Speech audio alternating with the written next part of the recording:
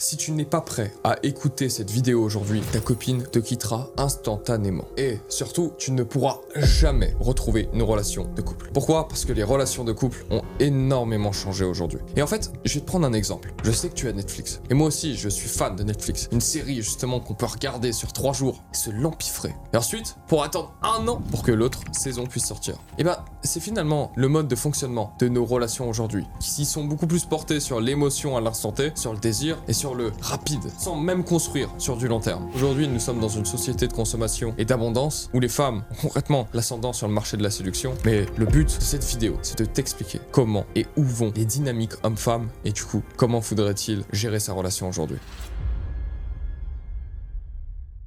Comment vas-tu, Nat? Super, et toi? Très bien. Parce que je pense que c'est important de faire participer des femmes. Je peux pas parler des femmes, et des fois même mal parler des femmes, sans qu'il y ait des femmes à côté de moi, ça n'aura aucun sens. Il est extrêmement important à comprendre que les femmes dominent le marché de la séduction. N'est-ce pas, Nat? Oui, effectivement. Avant, nous avions beaucoup moins de droits et de liberté en tant que femme. Donc une femme, on va dire, plus traditionnelle, elle allait plus se concentrer sur ses besoins primaires que sur ses désirs personnels. Donc les femmes, elles allaient se mettre en couple avec des hommes ayant la meilleure situation pour pouvoir promettre et garantir un confort de vie sur le long terme. Surtout, on va dire, d'assurer une descendance. Ouais. Mais avant, il n'y avait pas TikTok, il n'y avait pas Instagram. Ouais, il n'y avait pas tout ça. Donc on était moins dans cette société de consommation, on va dire. Ouais, mais surtout, ce qui a changé, c'est la place des femmes. Avant, les femmes avaient beaucoup moins de liberté, c'est pour cela justement qu'elles se concentraient beaucoup plus sur leurs besoins primaires. Aujourd'hui, ce qui prime pour les femmes, c'est réellement leur désir sur l'instant T. Et en fait, sur ce marché, les femmes dominent absolument tout. Pourquoi? Parce que les hommes deviennent de plus en plus faibles, de moins en moins masculins, parce que nous vivons justement une société confortable où le féminisme et le wokisme prend de plus en plus d'ampleur. Donc, beaucoup moins d'hommes qui attirent des femmes réellement féminines, parce que peu d'hommes masculins. Et en fait, dans ces peu d'hommes masculins, il va y avoir une minorité qui va plaire à beaucoup de femmes. Sauf que la majorité des femmes veulent le gratin. Mais le gratin ne veulent pas tout le monde. Tu vois ce que je veux dire? Oui. Donc ça crée une interférence sur ce marché. Et donc, pour revenir à ce que je dis, c'est que c'est les femmes qui ont le choix. Si vous regardez cette vidéo, c'est pour vous éduquer justement sur un sujet qui vous intéresse, sont les femmes. Parce qu'on doit se renseigner, on doit justement établir certaines stratégies, s'adapter. Pour les femmes, cela va durer de leurs 18 à 35 ans. Ensuite, cette période sera terminée. Et c'est elles ensuite qui vont pouvoir s'intéresser. Et d'ailleurs, petite anecdote, les femmes, souvent que j'ai en coaching, sont des femmes de plus de 35 ans. Ok.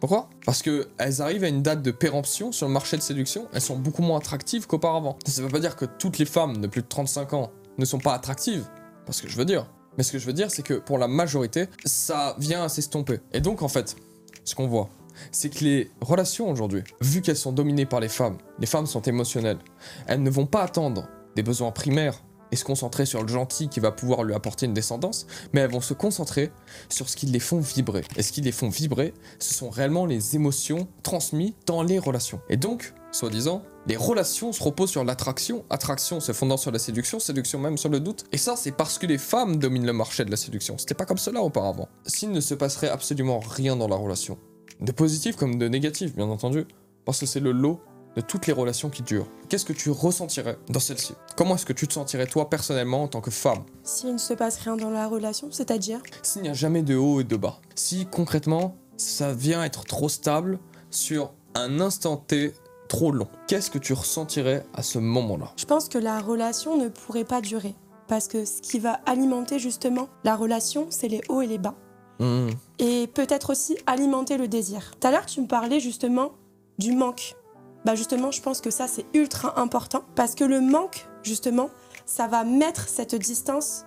Et cette distance-là, justement, ça va faire que tu vas avoir envie de voir la personne. Voilà, exactement. Pour ça que les hommes, par exemple, pas présents, pas trop présents dans la vie de certaines femmes, alors certes, elles vont avoir des manques émotionnels, mais elles vont plus le désirer que le mec trop gentil. Ce qui est logique, en fait. Et c'est ça qui est extrêmement important à comprendre, les gars. C'est que les émotions transmises dans les relations sont négatives et positives. Le manque dont tu me parlais, justement. Il faut qu'il y ait du manque. Il faut que des fois ça aille mal. Parce que c'est ça qui va renforcer la relation. C'est ça qui va renforcer justement ce lien. C'est qu'il ait pu se casser. Mais finalement non, on le recoue. Et là, la courbe émotionnelle qui baissait ne va pas avoir le temps de baisser pour aller vers quelque chose de trop stable et du coup s'ennuyer. Non, ça va baisser, puis rebondir. Et après rebaisser, rebondir, etc., etc. Des chutes, des ascenseurs émotionnels. Et lorsque cela fait ce genre d'ascenseur émotionnel, c'est là où les relations sont passionnantes à vivre. Parce que elles entretiennent le doute de perdre, le désir et l'attraction. C'est ça le maître mot. Maintenant, il faut que cela soit régi d'un rapport de force. Sans vous mentir les gars, c'est les femmes qui ont le contrôle sur ce marché de séduction. Mais le fait que vous puissiez avoir le rapport de force dans votre relation, c'est vous voir aussi au-dessus d'elle. Parce qu'en fait, si vous vous soumettez absolument toutes ces demandes, vous la mettez trop sur un piédestal. Cela ne marchera pas. Pourquoi? Parce qu'une femme qui sait ce qu'elle vaut, elle sait très bien qu'elle peut avoir lui et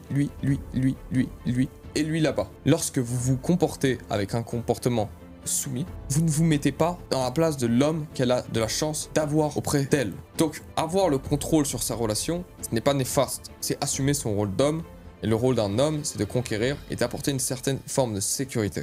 Sécurité qui va pouvoir alimenter grâce à un rapport de force, où la femme va être plus dévouée émotionnellement, et l'homme va moins donner émotionnellement pour garder ce doute, mais va pouvoir la récompenser vis-à-vis des efforts qu'elle fait pour lui. Et donc, ça revient à dire que oui, hommes et femmes ne sommes pas égaux sur tous les points, et que oui, il ne faut pas donner autant émotionnellement que sa copine. Il faut la laisser venir, et vous la récompensez d'une manière juste, parce que vous êtes masculin, et parce que vous voulez entretenir cette relation, parce que justement vous partez du principe qu'il ne faut pas s'y projeter, parce que sinon vous allez être acquis, et vous n'allez pas avoir un comportement attractif, et n'oubliez pas les gars, les relations se reposent sur l'attraction. Donc le fait qu'il y ait un rapport de force, que vous soyez prêt à la perdre et à la quitter, est indéniable. Et c'est quelque chose qui est extrêmement important. Parce que lors des périodes où peut-être qu'elle vous manquera de respect, et bien il faudra la quitter. Et bien c'est à ce moment-là que lorsque tu la quitteras, parce que justement elle sera allée trop loin, qu'elle reviendra vers toi, parce qu'elle se rendra compte qu'il est possible de te perdre. Et là tu seras différent des autres. Parce que toute la valeur que tu lui as apportée auparavant était insubmersible, parce qu'elle a pu le perdre. Et donc c'est extrêmement valorisant. Et là elle te valorisera. Donc les gars, si je dois résumer, les relations se reposent sur les émotions négatives et positives durant la relation, régies par un rapport de force. Et encore une fois, ce n'est pas malsain de dire qu'il y a un rapport de force, il y a toujours un rapport de force. Je ne dis pas de frapper sa femme, de lui dire ah, ta gueule, va faire la cuisine. Pas du tout. Pas du tout. Mais c'est juste de se mettre dans l'optique que c'est possible de la quitter. Et si elle va trop loin, vous allez la quitter. Et vous n'allez pas lui dire vous allez le faire. C'est comme cela qu'elle vous respectera et aussi qu'elle verra la valeur que vous avez. Une femme respectera et aimera un homme qu'elle pourra perdre. Et c'est ça qui alimentera le désir aussi de son côté. Et c'est comme cela que vous pourrez justement faire durer votre relation. Maintenant, si tu ne veux pas le comprendre, ta relation va bientôt se finir. Crois-moi. Donc tu dois agir sur ces points-là. En tout cas les gars, j'espère que cette vidéo aura pu vous intéresser. Moi j'ai pris beaucoup plaisir à la présenter avec Nat aujourd'hui. Et je vous souhaite une bonne journée, une bonne soirée. Et si vous avez une problématique, n'hésitez pas à m'envoyer un message directement sur Instagram, @angelofparis. Ciao les gars.